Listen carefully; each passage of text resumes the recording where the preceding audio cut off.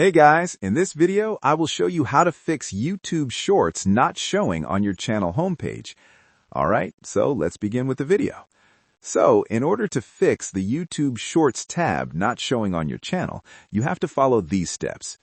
First of all, click on your profile icon in the top right-hand corner of YouTube, and then select YouTube Studio. Once you're inside YouTube Studio, look at the left-hand menu. Scroll down and click on Customization. After that, make sure you're on the Home tab from the top navigation. Here, you'll see a section called Layout.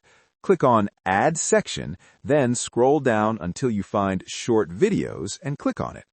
If you don't see the Short Videos option, it usually means that you haven't uploaded any shorts on your channel yet, so make sure you've posted at least one short.